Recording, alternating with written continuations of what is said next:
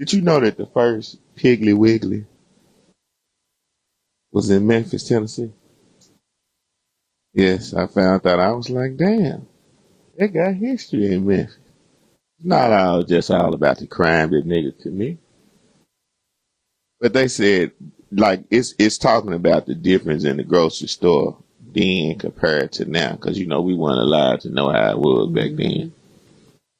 But they said, in 1916, we never knew what a grocery store looked like until Piggly Wiggly was established. They said back then, if you visited a convenience store, you only had one store in town, and that you wanted a candy bar. There would be no aisles to walk around, no selection to get, rather a clerk, and they would give you only one selection of candy bar. You see all the selection like you go in the store now and you fill your bag up with all that garbage and shit. You didn't have that many options to take your life back then. As time went on, they figured out more ways to kill us. Yeah, that's what happened. I mean, when you look at history, Nobody they killing themselves. They but ain't making you eat it. yeah, but we didn't know. We thought that stuff wouldn't take your life. When you're not knowledgeable about eating poison would take you off of this planet, you don't know. If I'd have known when I was a child, every snicker I ate and bag of Funyuns I ate was taking me out, I wouldn't have ate it. You know. That's Oh, why when damn. you get cavities and stuff, and that means you eating too many sweets. Your body start telling you because different Who things told me? start How I being knew? Who messed up. told me? You ain't go to the dentist. So, damn, my parents, it just skipped over the folks that brought me in the world. The dentist supposed I'm to just tell me. saying. No, I'm just saying. Like you ain't go to Yeah, the yeah, I dentist did. for I did. toothaches and stuff. They I didn't did. let you know, He let me. like all that shit was bad for you. Yeah, it did. But by You that start time, you're crazy. 7 or 8 years old. You're 7 or 8 years into eating poison by the Some of time you these go to the kids dentist. go way before that. Oh, They yeah, don't. now, because And y'all. now they let babies like you can as soon as your baby grow teeth, you take them to the dentist. Yeah, So because you y'all are letting them eat more garbage than no, ever but they now. been doing that though. Not back then. Like Look, you had one option and one candy bar back then. How could you been that doing because it they back wasn't then? as advanced. Yeah, they It was want it like it was advanced in more of a taking your treat life. then. Like now it's more normal. Like people be looking at you crazy. You don't get a candy bar at the store. They said if parents wanted flour, sugar, baking powder, or even soda, they had to accept what the store carried. You didn't have They options. would have had me fucked up. You how they didn't have it back then. Got See, you pull have up in the gotten store with just spoiled. no damn flour. You didn't have no choice. You spoiled with a Like new they wanted life. me to go make some shit. Hey, you had to work with what Go they make got. some dough or something. If you lived in a farming town, you may find more goods meant to help you, like farming tools or seeds. So, like basically back then, if you lived in a farming town, you had a little bit more options because you could grow stuff. Mm-hmm. But the people that didn't do that, you was just fucked. So, but a young man named Clarence Saunders saw the extra work that went into filling orders. He thought of a new idea: a supermarket. He moved to Memphis from Montgomery and worked in a grocery warehouse. Worked hard and saved his money until he opened up his first supermarket. This is the entrepreneur. This is having vision. See, that's what you do. You see, you saw you had David had you fucked up. They had him fucked up, but he thought That's what about I'm the money. saying. He said, "Look, if I can get all this stuff that people can't get and complain about, I'm gonna be rich in this bitch." Or just give more variety, period. Like, But guess what? Guess what? I bet you when he came up with that idea and he told some slave mentality motherfuckers what he thought about, I bet you this is what they said. You can't do that. Just be mm-hmm. thankful for what's going on, and you would never be able to pull that off. See, when you do the unthinkable, people ride the wave when the wave is already moved. This is this is really stepping out on faith. But this is doing something the average person wouldn't thought to do because everybody are trained to do the same. Most people, what we talked about, they just accepted the fact of what it was, took whatever they had in the store, and that was just cool. Yeah, I ain't type like I would have been like, I know it's more shit that you can offer.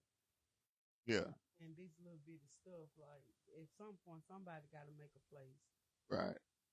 Offer more than six items. Then look, when he opened the store, they ain't had just food; they had clothes, tools, and everything. He basically laid the foundation down For for Walmart. Walmart. You see how folks steal your shit? For Walmart, because if that wouldn't happen because we only know Piggly Wiggly is just a grocery store. Right. I ain't never even know if when I found, when I hear certain things before I talk about it, I don't want to like a damn food because I did that before when I first started doing the show. Yeah, I seen one of those the thing popped up online. I caught myself talking about it. Then 2 days later, I found out everything I said was a lie, wasn't even the truth. So now I go back and research stuff, not just off of clipping. And I researched it to Wikipedia and all that, and it was true. 1916, first grocery store ever in America in Memphis, Piggly Wiggly. Yeah, fuck me up. So I said, let me put niggas on game. You can learn something from a nigga like me sometime when you listen. You can. Feisty high school student was slammed in school after slapping a staff member. I need to clap. Because sometimes when people don't whip their kids at home, you got to whip their ass at school. I'm not your mama. I'm not your daddy. And at that point, for anybody that disagree, you need to check yourself. He got smacked. If a child can raise their hand up and touch you, then it's only fair. We're not taking their life. It's only fair to just let them know that they need to feel the pain too. Because they done got beside their motherfucking self. And a lot of these people don't even teach their kids to respect these teachers and stuff at school. Nah, they tell them to go and say and disrespect. You got parents that tell their kid go to school. Go to school and say what the fuck you want to say, and you call me if they touch you. Just an ignorant motherfucker. You ever seen somebody like that? Yeah. My thing, stupid bitch. To send your kids to these people's establishments. And you stupid ass niggas that's finna take your time away from your kids, they'll do it too. I wish you motherfucker would fuck with my son, baby. What you gonna do? Exactly. Go straight to jail. You finna go to a school where everything is finna be all your kid gotta go through life like you only act a fool in situations where it's nothing else you can do. A lot of times they kids be the ones that be the bully. They've been started all the shit. So 9 times out of 10, the whole family finna be in trouble. Because a woman to do that. If a woman know they got a man that'll come out there and do anything for them at any time, they gonna send that man out. And he gonna be until he get in trouble. They gonna send him every time they gonna run it in the ground because they used to it and they have figured out that they can do the same thing with a child. Once that child realize that whatever I tell my mama, she gonna be a damn fool and listen, they gonna go out there and do the most. Fuck around and get their mama killed. Now, I be having to weigh it in.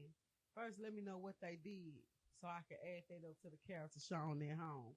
A lot of times they don't be wrong. Right. Like sometimes them kids, they just don't do that shit at home because they know you don't play that. What they do because they go and they try and see if the teachers gonna report that shit back home and how much they test it out. Yeah. They test it out. They learn it. They learn it like, let me test this shit out. Looking like, baby, I try to gentle parent, but mama whoops ass. A representative for the Lincoln PD told TMZ that the school resource officer responded to the fight and witnessed the student assaulting a staff member. The officer restrained the student, who was then placed under arrest and booked into juvenile hall. Now, this was in Northern California, where this turned into a WWE SmackDown. This was a freshman class. See, I bet you this was a nice-sized dude. Yeah, this wasn't no elementary. And then that's my thing, too. And then my thing, like, y'all tell these kids this shit when they young.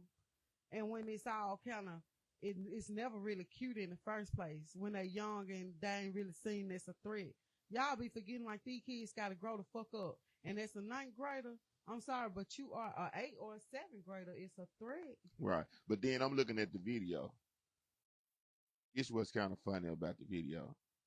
Now in the video, the teacher, it looked like that. Okay, it's showing the teacher telling him, to head out the gym. And told him in free time. Then you see the teacher putting his hand lightly on the student's arm. This is where I go back at right there. That's how they try to do it. They want to try to cover up shit. Places his hand lightly on the student's arm. If you're a teacher and this is a student, a teenager, and you having the verbal back and forth and he's disagreeing about something you telling him to do, at that point, you got to walk away and remember this is your job. And just don't let him do what he going to do. You can't turn into a security guard and touch him. See, I was taking up for the teacher at first. But no, because you going to make that student feel like that you getting out of line. You don't supposed to touch a motherfucker. That is where your teacher duty stop. Once you realize your verbal can't get to this dude, you walk off and tell them to call the parent. Yeah, It's but a I ain't finna wrap. argue with no child. No He gonna motherfucking lightly way. touch the child on the arm. The kid takes exception to it and shoved him and then threw a jab. Exactly, because you know what you tell him? Why the fuck you touching me? Don't fucking touch me. You touched him Like, again. even if you ain't mean no Right. harm, You mean don't harm touch. though. If I'm a teacher, come on, you know this motherfucker ain't slow. They just trying to dress it up. The video showing me we got a heated thing. I'm telling you to go ahead on out the gym. Mhm. And it's showing what am I lightly, heavily, what am I touching you for? Because I'm Yeah. trying to basically this what he was doing. He learned a lesson. What you gonna do? He was testing them thinking that this kid wasn't gonna do nothing, not knowing that motherfuckers is young men growing balls, and you test that manhood, a motherfucker gonna represent. I know because I was in them shoes. Yeah, and then like they still young. Like if you That's when you provoke 'em, becoming a they gonna man. act. Yeah, you Unless gotta you stand on your provoke 'em, they gonna manhood. act. Yeah, unless you a Like they coward. ain't learn how to act yet, like and be grown and above the situation of you provoking them. What they gonna do is they gonna react exactly how you expecting them I to. told you one time I had an uncle do me. He did me a physical move on me one time when I was like 10 or 11, and I never forgot it. Mm-hmm. And when I got 17, he came over one day and it flashed back through my mind. And what I did was I did something to make him try to say something to me for him to try to get in a position to do it again because I never forgot that moment. And what I did was fire some weed in his face. And I was waiting on him to say something. I was ready to take him. I made my mind up. I remember that fucking time when I was 12 years old and he pushed my fucking head down and held it down. And I was smoking that weed like this here. He say something. He looked. Well, you smoking? I said, yeah. And I'm looking at him. He ain't say nothing. He must have felt it. I said, yeah, I'm smoking. What's up? He ain't say shit else. I was ready to tear his ass up because I thought about, because I know that day when he did me like that was low down. I never got booked at him that day when he did that. He said something to me about washing the dishes or something. He had just came over there, didn't live with us or nothing. And I said something smart to his ass or something. He walked over there and pushed my damn head in the dishwater. Pushed it in that motherfucker. No. Yeah. And I came up out the wall and I was like, I knew I couldn't do nothing with him then. So I'm like, okay, you got it. You got it. As soon as I got 17, I'm telling you, I never forget that motherfucker pull up one day. I looked out there. I had whooped a few niggas by that time too. I'm like, oh, motherfucker pushed my head in water that day. Try me today. I'm finna roll this weed up and fire it up in his face underage and dare him to say something. I got the strength and power. Now I know it. I believe that motherfucker must have knew I fired that weed up. Everybody else, he'd have snapped and went out. He knew. And he probably looked at my side. I was his size then. He was like, I'd heard about him in the street. Running with them niggas. Got a little size on him. You gonna fuck with him. Just leave my little nephew. Yeah, you better. I ain't even never get to bring it up to say so bad. Like, you remember when I was 12 and you pushed my head in that water? Push it in there. Yeah. Cause why would you? Mad, right. Mad because I'm spoiled. And my grandma and them let me do what I want to do. They ain't got shit to do with you. Yeah. They ain't got shit to do with you. I never forget it, though. Shit like that, you never forget. You never That's when forget. your first bullying experience. Somebody picking on you that's bigger than you Shit. and all of that. You really get that shit from home. Yeah. Like it come from home first. Like a bigger cousin or an older sibling. I never got bullied by nobody though in home. Though. I never went through that. Yep. I never got bullied in school. I just had a couple of situations early where, you know, another dude, like when I came up, I was at that time, I had never had no physical fight. And I was raised by my grandma, auntie, and them. So a lot of other dudes my age could kind of tell it because they was raised up around a lot of men. And I guess they seen it in me.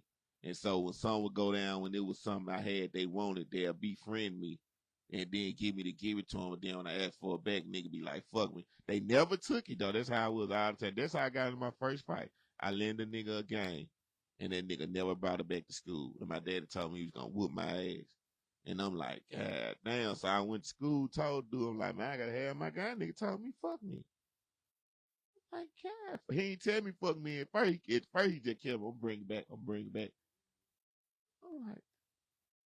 like, I'm either take his ass whooping from my dad or from him.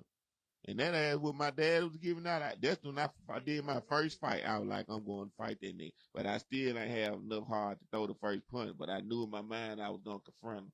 And I went and confronted him, and he hit me hard as a motherfucker. I never forget. I just stood up. He walked off. But I still felt like a man because I went to him. I took the punch. I ain't cry. I'm like, fuck. And I went home and told my dad, you know what I'm saying? My dad whooped my ass. But I learned. And after that, a nigga ain't beat me up no more. After that, my cousin made me fight. Yeah, took my game and beat me up, treat me like a real sucker. I can admit it. I was 7 years old. The fact that your daddy still whooped your ass. Still whooped my ass. Let him just have it. Why go fight him? No, I thought I could go fight him. It didn't work out like I thought. That's what I'm saying. I thought I was gonna really You got your ass whooped twice, and I became a man. You know what I'm saying? It took 2 ass whooping. And still no game. No game. But guess what? I ain't buying that same game twice. He ain't buy that game. He just whooped my ass for it.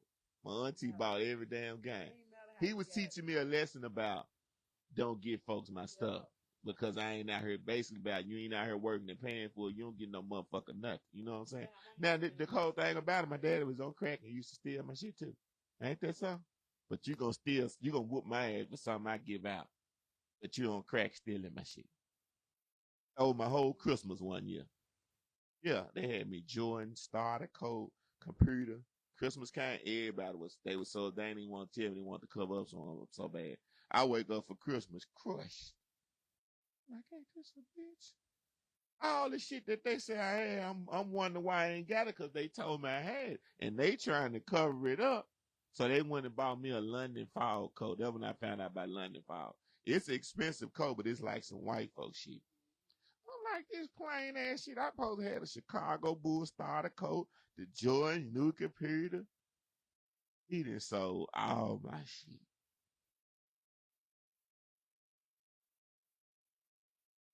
So it's okay to admit what done happened to your life and stop covering up for people that did bullshit. Cause I ain't hiding this shit.